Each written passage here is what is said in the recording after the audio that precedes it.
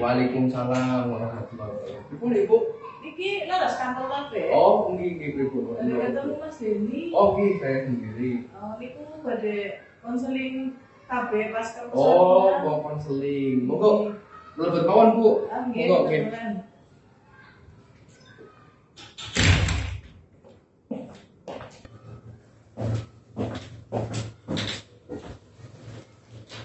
Bu, Ibu silakan. Nggih.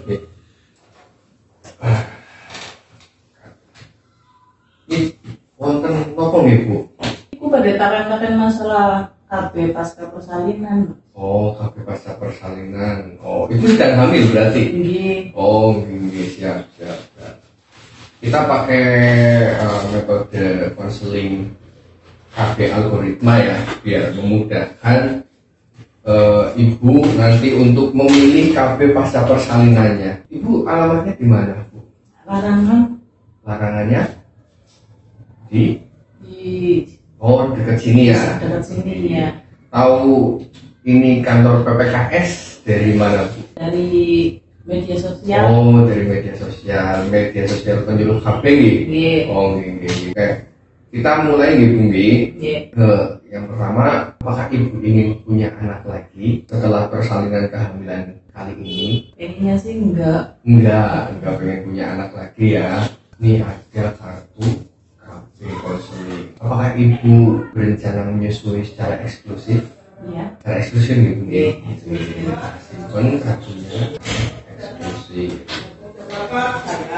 Apakah ada yang akan memberikan makanan tambahan bayi hingga usia 6 bulan? Selama ASI eksklusif biasanya apa mau dikasih tambahan bayi, Bu? Enggak. Tahukah Ibu metode KB yang langsung dapat digunakan setelah bersalin? Ada, biasanya setahu aku sih ada IUD sama implan. Nih, jadi Ibu juga kan mau pasang KB langsung ya. KBPP itu KB pasca persalinan. Itu KB yang dipasang setelah Ibu melahirkan. Setiap wanita yang habis melahirkan bisa langsung mendapatkan pelayanan KB di puskesmas. Pelayanan KB habis melahirkan disebut KB pasca persalinan. Nah, KB pasca persalinan sangat baik dilakukan segera setelah melahirkan semasa Ibu masih di fasilitas kesehatan sebelum kembali ke rumah. Jadi dengan langsung ber-KB, Ibu dapat langsung ber-KB tanpa harus kembali ke fasilitas kesehatan. Artinya apa? Ibu tidak usah bolak-balik, nanti sudah pulang ke rumah balik lagi. Kemudian lebih baik karena lebih cepat menjaga kehamilan yang tidak diinginkan. Yang ditakutkan setelah melahirkan, Ibu juga langsung dapat berhubungan yang sebelum beberapa hari. Takutnya nanti kan tidak pengen punya anak lagi. Nah, nggak tahu ternyata dikasih rezeki lagi kayak gitu ya, Bu. Kemudian lebih hemat waktu dan uang apabila Ibu langsung, daripada Ibu ongkos bolak-balik rumahnya jauh ya, fasilitas kesehatan juga Ibu kan mengeluarkan ongkos lagi, terus waktunya juga kadang kurang, sudah ngurusin bayi sih repot kayak gitu. Jadi lebih baik Ibu langsung setelah melahirkan di fasilitas kesehatan. Baik Ibu, setelah kita berbincang-bincang dan jadi beberapa pertanyaan sudah saya ajukan, tersisa 5 metode KB yang cocok untuk Ibu gunakan saat pasca persalinan. Ini ya, Bu ya. Apakah bersedia melanjutkan konsultasi dan memilih salah satu metode KB-nya? Kita jelaskan yang pertama ya, Bu. Jadi ada MAL atau metode ameliorasi atau sering disebut menyusui. MAL itu efektivitasnya itu selama 99%. Jadi secara umum pada 6 bulan bila 3 kriteria terpenuhi kurang dari 1 kehamilan pada 100. Apa sih syarat bisa untuk menggunakan MAL? MAL merupakan metode kontrasepsi sementara untuk digunakan setelah persalinan. Jadi hanya sementara ya, Bu, sifatnya. Hanya MAL harus memiliki 3 persyaratan, yaitu belum haid sejak setelah melahirkan, Yang kedua, bayi disusui secara eksklusif. Kemudian yang ketiga, bayi kurang dari 6 bulan. Nah, itu harus memiliki metode KB yang akan digunakan setelah emal. Jadi setelah emal ini nanti ibu bisa dipikirkan sambil memikirkan mau KB apa. Ini ada selanjutnya AKDL atau alat kontrasepsi dalam rahim, sering disebut juga IUD, merupakan alat kecil, fleksibel, plastik dan mengandung tembaga. Jadi bahannya itu plastik, fleksibel, kecil, dan tembaga yang tidak berkarat. Nah, kemudian ini bisa mencegah kehamilan selama kurang lebih 10 tahun. Jadi 10 tahun itu bisa ada yang 8 tahun, ada yang 10 tahun. Jadi selama itu juga ibu bisa dilepas. Jadi kalau tidak nyaman gitu. Kemudian metode yang aman dan efektif untuk hampir semua perempuan karena tidak mengandung hormon. Jadi dapat digunakan oleh ibu menyusui. Jadi ini tidak langsung menggunakan hormon ya Bu. Jadi hanya alat kemudian dipasang dalam rahim. Kemudian efek samping yang mungkin terjadi menyebabkan haid yang lebih lama, sedikit kram dan nyeri selama haid. Jadi di awal itu haidnya nyeri, biasalah kayak orang haid biasa jadi kayak gitu. Kemudian efektivitasnya itu sangat efektif, sama tadi kayak implan 99%. Dari 100 wanita itu hanya 1 yang gagal kayak gitu. Kemudian MOP atau metode operasi pria ini biasanya untuk bapaknya, ya di operasi vasektomi. Metode permanen dan aman untuk pasangan yang tidak ingin punya anak lagi melalui prosedur pembedahan minor yang aman. Jadi dilakukan oleh dokter. Kemudian tidak mempengaruhi hasrat seksual laki-laki sementara tetap dihasilkan walau tanpa sperma. Jadi orang yang bilang katanya setelah MOP itu nggak bisa berhubungan lagi atau nggak bisa, hasrat seksualnya tidak bisa naik, itu salah Bu. Jadi karena MOP itu yang dioperasi, lihat gambarnya ini Bu ya. Jadi hanya diikat bagian jalan spermanya. Jadi untuk keperkasaannya itu tetap terdapat jeda 3 bulan sebelum berfungsi. Pasangan harus menggunakan metode lain selama jeda ini.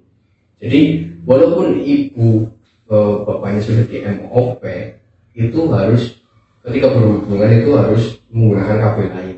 Bapaknya juga pakai kondom. Ini maksimal 3 bulan. Kayak gitu ya Bu. Karena baik dilakukan bersama setelah ibu melahirkan untuk menunggu kembali berhubungan. Ya, jadi sambil ibu menunggu nih 40 hari, jadi kan bapaknya bisa langsung dipasang. Dan tidak ada efek samping bermakna. Jadi tidak ada efek samping bermakna, hanya biasa aja ya. Secara umum ini efektivitasnya itu sangat efektif, sama seperti tadi.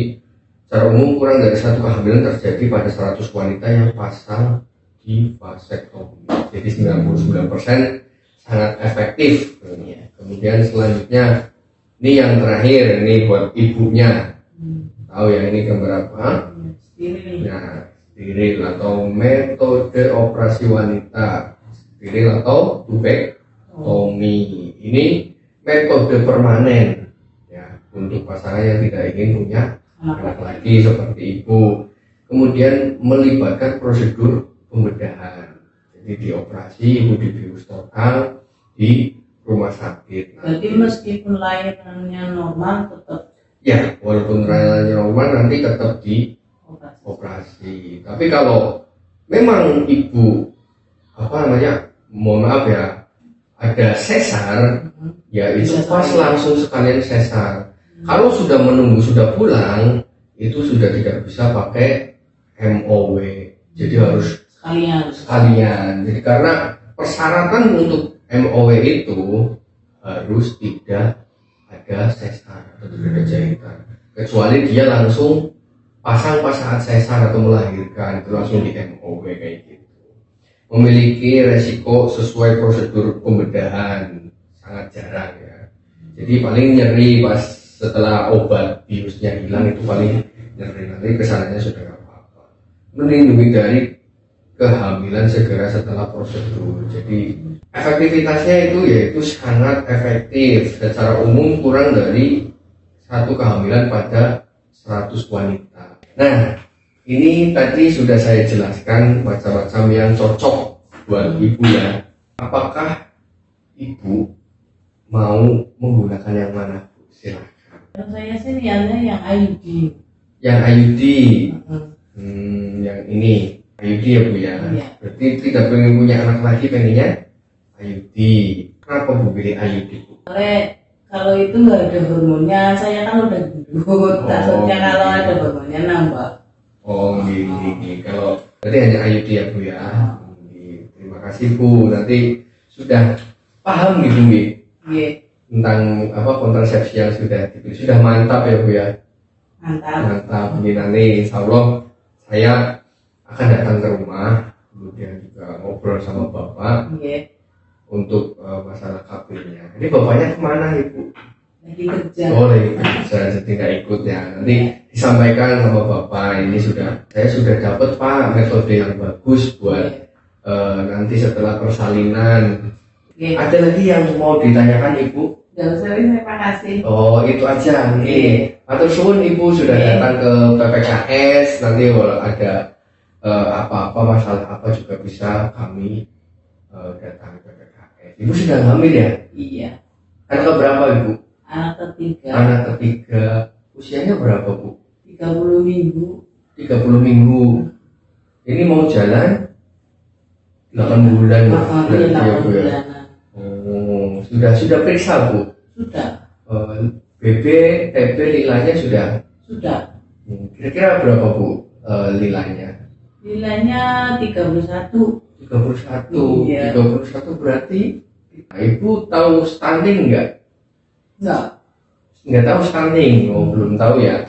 Jadi stunting itu gangguan pertumbuhan dan perkembangan anak akibat kekurangan gizi kronis dan infeksi berulang yang ditandai dengan panjang atau tinggi badannya berada di bawah standar yang ditetapkan oleh Menteri yang menyelenggarakan urusan perintah di bidang kesehatan. Stunting itu sendiri kan dimulai dari ibu ya sebelum pranikah. Jadi mulai saat nikah itu ibunya sudah dicek kesehatannya dari BB, TB, lila, HB dan sebagainya. Setelah nanti kalau ada tetangganya yang mau menikah atau mau melangsungkan pernikahan, diharapkan bisa datang ke sini Bu, dianjurkan ya gitu. Jadi nanti ada, karena kita juga menjadi program penanganan stunting, percatatan penurunan stunting, kita menjadi koordinatornya Bu. Berarti dari calon pengantin? Ya, dari calon pengantin nanti bisa langsung datang ke sini. Terima kasih Ibu sudah datang. Mudah-mudahan nanti lahirannya normal, sehat, ibunya juga selamat. Mudah-mudahan bisa beraktivitas seperti semua dan HP-nya nanti langsung dipasang. Terus Ibu. Sekarang Mas. Sami-sami.